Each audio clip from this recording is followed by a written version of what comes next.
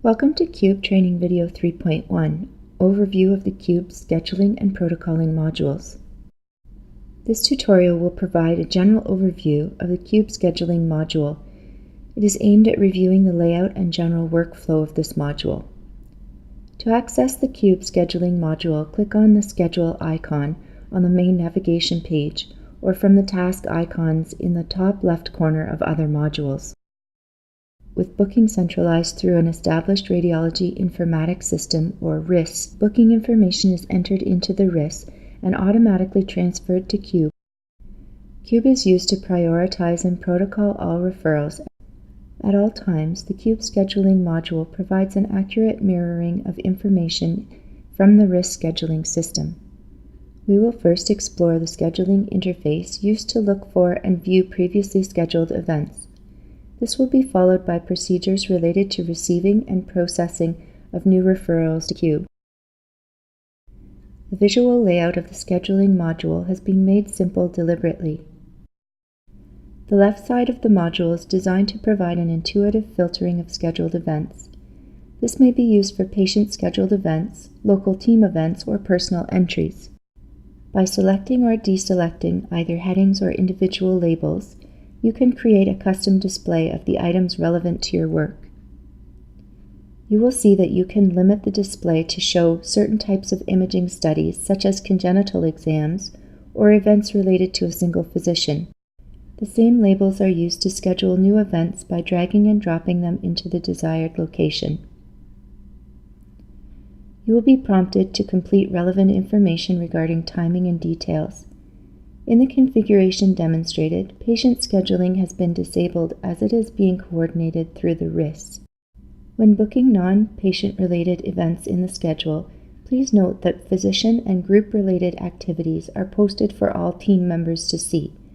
If you wish to make a private entry viewable only by your user account, please use the personal label. You may change the calendar view from the month view to a week or day view by clicking on the corresponding buttons. To move between ranges, click on the left or right arrow icons. In the month view, you may also move up or down 1 week at a time by using the up or down arrows. You may also jump to a different month or year by clicking on the month or year itself. At any time, you may go back to Today by clicking the button Today. To go directly to the day schedule view from any other view, simply double-click on the corresponding date. To bring up details regarding any scheduled event, double-click on it. If it is a patient-related event, then a details window will appear.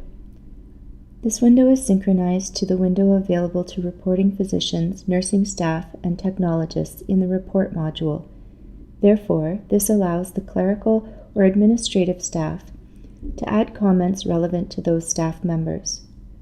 For example, this is where the booking clerk may enter relevant information for protocoling or interpretation.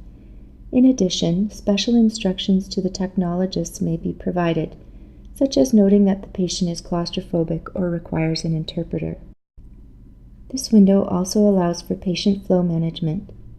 When the patient checks in, the Arrived button can be checked off, leading to a change in color of the CUBE icon next to the patient's name in the schedule. This indicates to other clinical or research staff that the patient is available to be approached. When working with multiple sites, all patient entries are preceded by a 3-letter code indicating the site location. When moving to a week or day view, these entries will be appropriately displayed in their columns and scheduled into the correct time slots. When in the day view, the default setting will display from 7 a.m. to 7 p.m.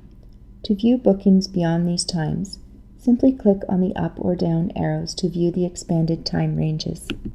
Now that the layout and functionality of the Schedule module has been reviewed, please feel free to pause the video to open a demonstration CUBE module on your browser and practice navigating what has been discussed.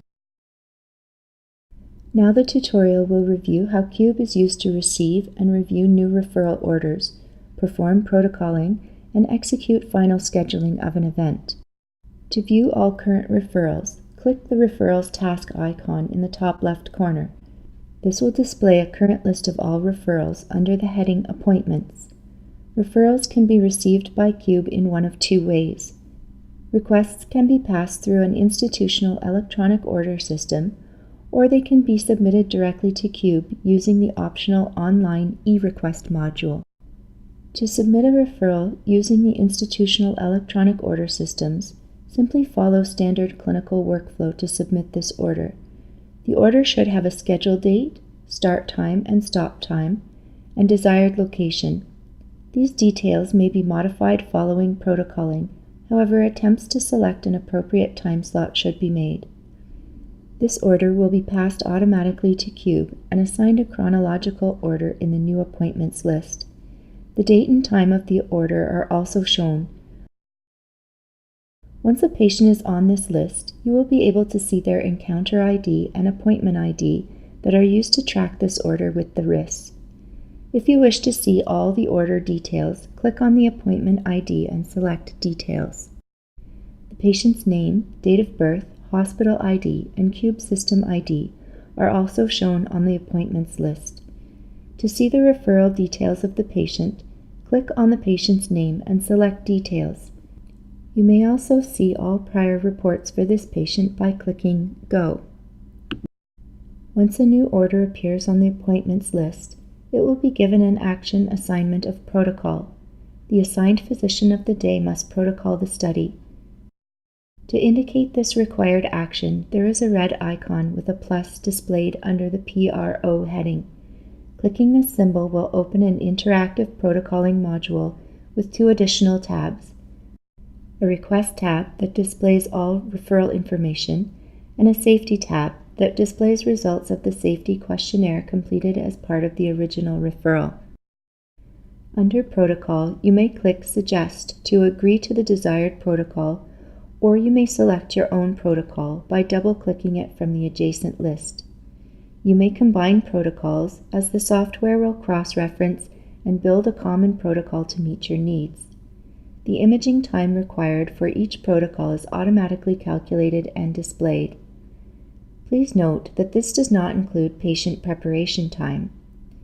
You may filter categories of protocols by clicking Filter. You may also select individual pulse sequences to further customize your protocol. Similarly, you may filter these by category. The priority status of the patient may be changed on the right. Once the protocol is saved, you may return to the protocol at a later time. For example, a clinical fellow has protocoled the study and wants to confirm it with a consultant. Once you are satisfied with the protocol, you must click Commit. The final selected protocol and priority will now be shown on the appointments list, and the action column will change to display Book. This indicates to the booking clerk that the study is ready for final booking. The clerk will then review the protocol and priority and contact the patient for a final scheduled visit. If the tentative scheduled time from the original order is acceptable, the clerk simply clicks the word Book, and the visit will be locked into the CUBE scheduler. If the tentative booking is not acceptable, simply perform an order reschedule in the RIS for the desired date. This will be automatically recognized by CUBE and locked into the schedule without any need for additional interaction. The order is removed from the appointments list once successful booking has been achieved. The CUBE schedule will display the event in the corresponding time slot, and the details of any appointment may be verified by double-clicking on it. All subsequent modifications to scheduled appointments are automatically communicated to CUBE. Therefore, no direct interaction with CUBE is required for any adjustments in scheduled appointments. A history of all communications between the RIS and CUBE for every patient is retained by CUBE indefinitely and can be reviewed at any time by authorized administrators.